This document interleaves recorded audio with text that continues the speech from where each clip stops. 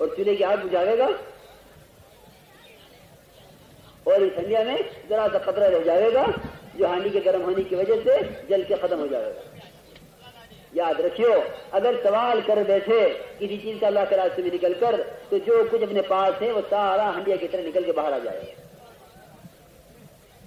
یہ اشراق اور اپنے دل کے اندر کسی چیز کی چاہت کا پیدا کرنا یہ ہانڈی کے جو کھڈے ہیں اور اس سوال کو باہر نکال آنا اور کسی سے کہہ دینا یہ اس کا ابال ہے. ہمیں سوال سے بچنا ہے, اشراق سے بھی بچنا ہے. اب ہماری جماعت جب بستی کے اندر داخل ہو تو سب سے پہلے ہماری جماعت مجتمع ہو کر اور دعا کر کے بستی کے اندر داخل ہو اور مسجد میں جاوے. مسجد میں داخل ہوتے ہوئے پہلا قدم مسجد میں رکھیں, دائیں پیر داخل کریں مسجد کے اندر. اس کی ترکیب کیا ہوگی؟ ہمیں تو ایسے نہیں کہ جو سنت ہو سکے اسے کر لو, جو سنت نہ ہو سکے اسے چھوڑ دو. ہمیں تو قدم قدم کی سنت کا اہتمام کرنا ہے, قدم قدم پر کیا سنت اس سے متعلق ہے. اس لیے کہ جناب رسول اللہ صلی اللہ علیہ وسلم وہ طرز زندگی دے کر بھیجے گئے ہیں کہ آپ نے انسانی زندگی کا کوئی لمحہ کوئی منٹ ایسا چھوڑا نہیں جس میں آپ نے کوئی سنت نہ بتلا دی ہو, جس کا کوئی طریقہ نہ بتلایا ہو. مرغا اذان دے تو کیا کہو, یا خارج ہو تو کیا کہو, بیت الخلا سے نکلے ہو تو کیا کہو, بیت الخلا میں جا رہے ہو تو کیا کہو, نیا چاند دیکھو تو کیا کہو, نیا پھل سامنے آوے تو کیا کہو, کھانا کھانے بیٹھو تو کیا کہو, کھا کے اٹھو تو کیا کہو, سونے لیٹو تو کیا پڑھو, سو کر اٹھو تو کیا پڑھو, رات کو آنکھ کھلے تو کیا پڑھو. بے شمار دعائیں ہیں, خزانہ ہے دعاؤں کا جناب رسول اللہ صلی اللہ علیہ وسلم کے ساتھ. ہمیں ان سب کا اہتمام کرنا ہے اور ان سب کو زندگی میں لانا ہے تاکہ ہماری زندگی مزین ہو, مؤثر ہو. اب یہ بائیں پیر کا جوتا پہلے اتارے اور بائیں پیر کو جوتے کے اوپر رکھے, پھر دائیں پیر کا جوتا اتارے اور دائیں پیر کو مسجد میں داخل کرے. ہمارا یہ عمل لوگ دیکھیں گے, یہ بھی دعوت بنے گا کہ بھئی یہ کیا طریقہ ہے جوتا اتارنے کا, یہ ایک دم اتار کے کیوں نہیں مسجد میں داخل ہو جاتا. اب مسجد میں داخل ہو کر اپنا سامان ایک طرف رکھ دو. مسجد یہ سرائے نہیں ہے, مسجد یہ کوئی ہوٹل نہیں ہے کہ ہم آ کے ہوٹل والے پر جس طرح دوست جماتے ہیں اس طرح جا کر کسی مسجد کے امام پر متولی پر ہمیں تو کیونکہ ان سے کام لینا ہے, اس لیے ہمیں مسجد کا احترام تو اپنی جگہ وہ تو کرنا ہی ہے, یہ تو اللہ کا گھر ہے. لیکن ہم سے اس مسجد والوں کو کوئی شکایت نہ ہو کہ جا کے سامان بکھیر دیا کہ جماعت آئی ہے اور جا کے جماعت نے پہلے یہاں دکھا دی متولی صاحب کو کہ جماعت یہاں ٹھہرے گی, یہاں کام کرے گی. نہیں بھائی, یہ نہیں. ہم تو جا کے انتہائی ادب سے مسجد کے آداب کی رعایت کرتے ہوئے اور کیونکہ ہمیں نے کام کرنا ہے اور متولی صاحب کی بھی ہمیں ضرورت ہے اور امام کی بھی ہمیں ضرورت ہے اور مسجد کے جو خادم اس کی بھی ہمیں ضرورت ہے. ہمیں تو ان سب سے وہاں کام چلانا ہے اور کام لینا ہے سب سے. ان کی تائید اور ان کی نصرت نہیں ہمارے ساتھ ہوگی اور گشتوں میں یہ امام صاحب ہمارے ساتھ نہیں ہوں گے تو ہمیں ان کے مقتدی کیسے پہچانیں گے. تو ہم جا کر مسجد کے اندر سامان ایک طرف رکھ دیں طریقے سے اور کوئی اس بات کی کریں کہ اپنا سامان مسجد سے باہر رکھیں. یعنی جو مسجد کے اندر کا حصہ ہوتا ہے نا, دروازے باہر نہیں کہہ رہا, سڑک پر نہیں کہہ رہا ہوں, جو مسجد کا اندر کا حصہ ہوتا ہے اس میں سامان رکھنے میں احتیاط کریں. تو صفوں میں دشواری ہو جاتی ہے. اور رکھیں تو ایک طرف کونے میں لگا کے رکھیں. مٹی کا تیل ہمارے ساتھ ہوگا ہمارے اسٹوو میں, اس کو مسجد کے اندر کے حصے میں نہ رکھیں, اس سے بدبو ہوتی ہے. لہسن اور پیاز کھا کے جو مسجد میں آنے کے ممانعت ہے کہ فرشتوں کو اور مسلمانوں کو ایسی تکلیف ہوتی ہے, تو ہمارا تیل کی بدبو مسجد کے اندر ہونا یہ فرشتوں کو مسجد سے بھگانا ہے. تو اس کی کوشش کریں کہ ہم اپنا سامان طریقے سے مسجد سے ایک طرف رکھیں اور سامان بکھیر کے نہیں, ایک طرف رکھ کے اس پہ کپڑا ڈال دیں. ایک آدمی کو سامان کو کہ بھئی اسماعی اعمال شریک ہو رہے ہیں, اس پہ نگاہ رکھو سامان پر اگر سامنے ہے, اور اگر سامان کسی دوسری طرف رکھا ہوا ہے تو ایک ساتھی کو سامان پر متعین کر دو. یہ نہیں کہ پورے چلے سامان ہی دیکھتا رہے گا, ساتھیوں کو بدلتے بھی رہو. اب یہاں آؤ, سب سے پہلا کام ہمارا مشورہ ہے. اگر انسان نے کہا تھکے ہوئے آئے ہو چلو ذرا خبر سیدھی کر لو, تو گئے پھر کام سے. ہمارا چلے بھر ہر کام پر نیند کی وجہ سے مؤخر ہوگا. جاتے ہی سب سے پہلے مشورہ کرو، اور مشورے میں سب سے پہلا کام یہ ہے کہ بستی والوں کے آنے سے پہلے ہم اپنے کھانا پکانے کے ساتھی متعین کر دیں، اور ہمارے پاس اگر کچھ بھی نہیں ہے تو یہ کم سے کم پانی بھر کے برتن کے اندر اور اسٹوو جلا کے ایک طرف رکھ دیں مسجد سے باہر کہ بھائی ہمارا کھانا پک رہا ہے۔ اب بستی والے آئیں گے، جماعت آئیے بھائی کھانا، چلیے کھانا ہمارا پک رہا ہے، ہم تو آپ کے پاس کسی اور مقصد کے لیے آئے ہیں، کھانے کے لیے تو آپ کے پاس ہم کھانے کے لیے نہیں آئے ہیں، ہم تو اپنے کام کے لیے آئے ہیں، کھانا ہمارا پک رہا ہے، ہمیں نہیں چاہیے آپ کو کھانا، صاف بات ہے بالکل۔ ہاں جہاں یہ دیکھو کہ بھئی یہ کھانا اگر قبول کر لیں گے ان کا تو یہ امید ہے کہ ہماری دعوت قبول کر لیں گے، دعوت اللہ جس کے لیے ہم نکلے ہیں، ہم تو دعوت بھی کھانے کی دعوت کو سمجھتے ہیں نا، کہ اس کے علاوہ کے لیے بلایا ہی نہیں کسی کو آج تک، اور جب دعوت کو ہو تو لوگ بھی سمجھتے ہیں کھانے کی دعوت، ارے نہیں، دعوت الی اللہ، قل ھذہ سبیلی ادعو الی اللہ، انبیاء والی دعوت کی اصل دعوت ہے۔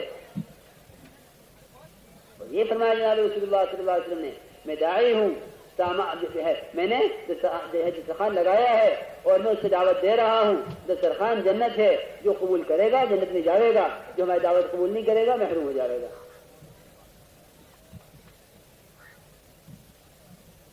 تو ہم ان کی دعوت کو، ان کے کھانے کو قبول کریں گے کب؟ جب ہماری دعوت قبول کریں۔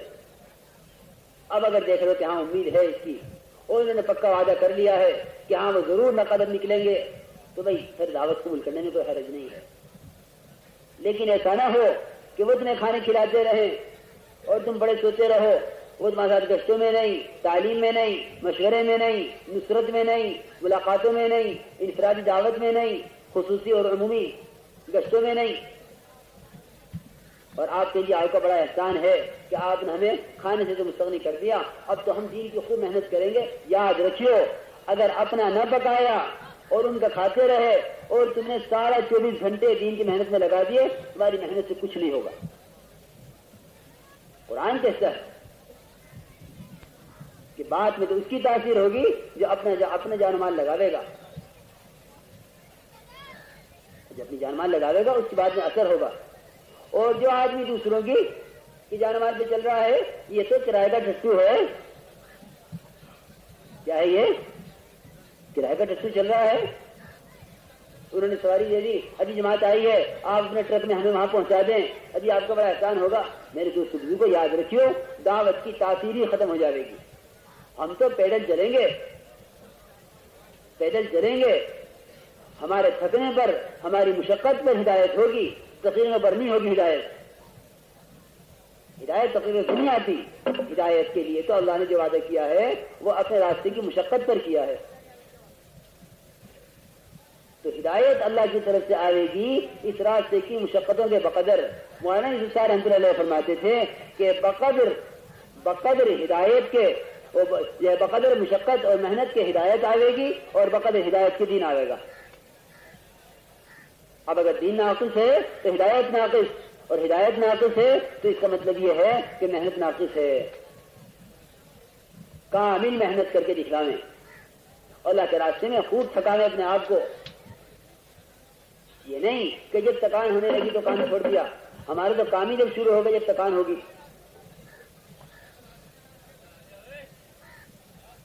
فَإِذَا فَرَغْتَ فَانْصَبْ وَإِلَىٰ رَبِّكَ فَارْغَب۔ نبی کا کام تو وہاں سے شروع ہوتا ہے جہاں تکان شروع ہو جاتی ہے۔ کیا کام شروع ہوا ہے؟ تو ہم اپنے آپ کو دعوت میں محنت میں خوب تھکاویں گے۔ اب ہم مشورے میں ہمارے پہلی چیز یہ کھانا ہو گیا کہ بھائی کھانے کے ساتھ متعین کر دو خدمت والے۔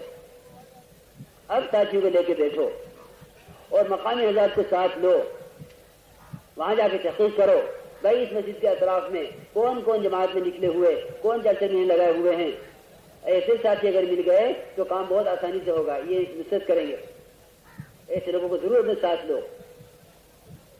جناب رسول اللہ صلی اللہ علیہ وسلم کا طرز دعوت یہی ہے کہ آپ ایسے آدمیوں کو ساتھ لیتے تھے جو وہاں کے لوگوں سے واقف ہوں، وہ آپ کو جو ہے ان کی طرف رہبری کرتے تھے،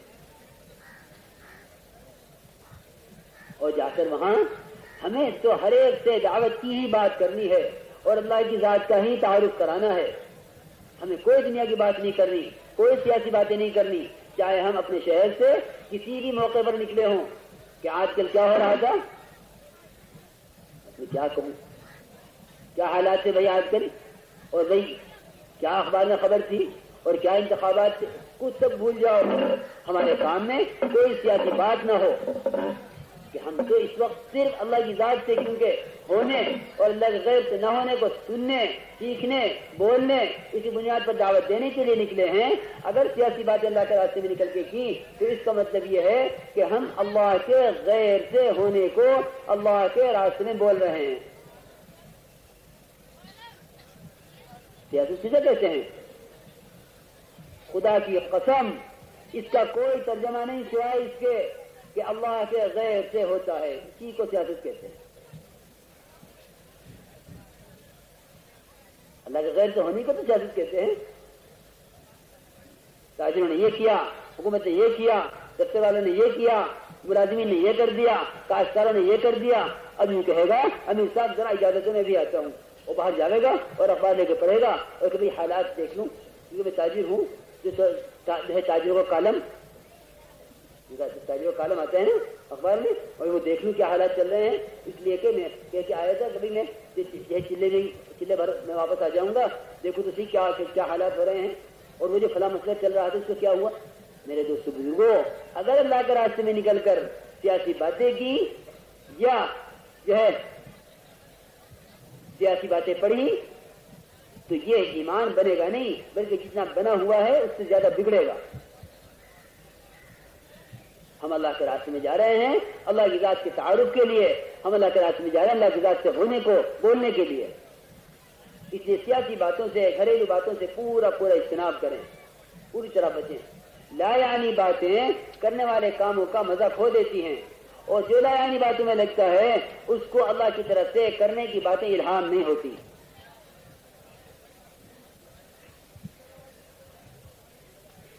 اب خالی بیٹھے ہیں کہ بھئی اس وقت تعلیم کا حلقہ بھی نہیں, کوئی اجتماعی کام بھی نہیں, گشت بھی نہیں, اب کیا کریں بیٹھ کے.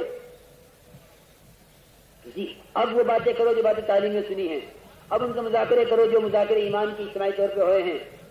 اب تنہا بیٹھا ہے تو سوچے, مغیبات کو سوچے, جنت کو سوچے, دوزخ کو سوچے, اللہ کی قدرت کو سوچے. اللہ جو کرتے ہیں تنہا کرتے ہیں, وہ بغیر کسی کی شرکت کے کرتے ہیں, اس کو سوچے. ایمان بنانے کے لیے نکلا ہے, یہ اپنی معلومات بڑھانے کے لیے نہیں نکلا اللہ کے راستے میں. اور یاد رکھیے ایک بات, ہم اللہ کے راستے میں صرف عمل بنانے کے لیے نہیں جا رہے ہیں. مولانا عیسیٰ رحمۃ اللہ فرماتے تھے اگر اللہ کے راستے میں نکل کر ایمان نہ بنایا, اگر اللہ کے راستے میں نکل کر ایمان نہ بنایا تو یہ اللہ کے راستے میں نکل کر عمل کرے گا اور اللہ کے راستے سے آ کے عمل چھوڑ دے گا. اس کو جو اعمال پر استقامت ہوگی وہ بقدر ایمان ہوگی.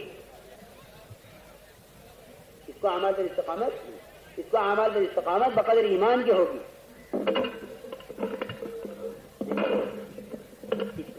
اس کو اعمال پر استقامت, بیٹھ جاؤ, بقدر استقامت کے اعمال پر جو استقامت ہوگی وہ ایمان کے بقدر ہوگی. تو فرماتے تھے مولانا صاحب رحمۃ اللہ علیہ کہ ہم ایمان سیکھنے جا رہے ہیں. اس میں جب جو اعمال ایمان کو سیکھتے ہوئے سیکھیں گے ان عملوں کی تو حقیقت تک پہنچیں گے, اور جو اعمال بغیر ایمان کے سیکھیں گے وہ عمل تو ماحول کی وجہ سے کریں گے کہ جماعت میں نکل کے تہجد بھی پڑھی, ذکر بھی کیا, تلاوت بھی کی, دعوت بھی دی, گشت بھی کیا, تعلیم میں بھی بیٹھے, مغیبات کو بھی سوچا, سب کچھ کیا, اور وہاں سے آنے کے بعد سب چھوڑ دیا. ہمارے اللہ کے راستے میں جانے کی دو وجہ ہیں, یا بیماریوں کی وجہ سے اور پریشانیوں کی وجہ سے, یا کسی کے نکالنے کی وجہ سے. بھائی تم جماعت میں کیوں جا رہا ہے کہ جی ہم سے ذمہ داروں نے, میں نے اپنے آگے حالات رکھے ان کے سامنے کہ جی میں یوں پریشان ہوں, وہ دکان خرسے ہو گئی ہے اور وہ میرے اوپر مقدمہ ہے, اور وہ جو ہے مقروض ہوں, اور ابا بیمار ہیں.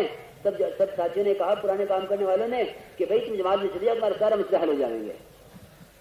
خدا کی قسم یہ بنیاد ہی نہیں اللہ کے راستے میں نکلنے کی. یہ کوئی بنیاد نہیں ہے کہ میں تو پریشانی کی سے جا رہا ہوں کہ مقروض میں اللہ قرض ادا کر دے گا اور بیماروں اللہ صحت دے دے گا، اور جو ہے دکان مقدمہ چل رہا ہے اس سے پاس ہو جاؤں گا، یہ کوئی بنیاد نہیں اللہ کے راستے میں نکلنے کی۔ اللہ کے راستے میں نکلے اللہ کے لیے۔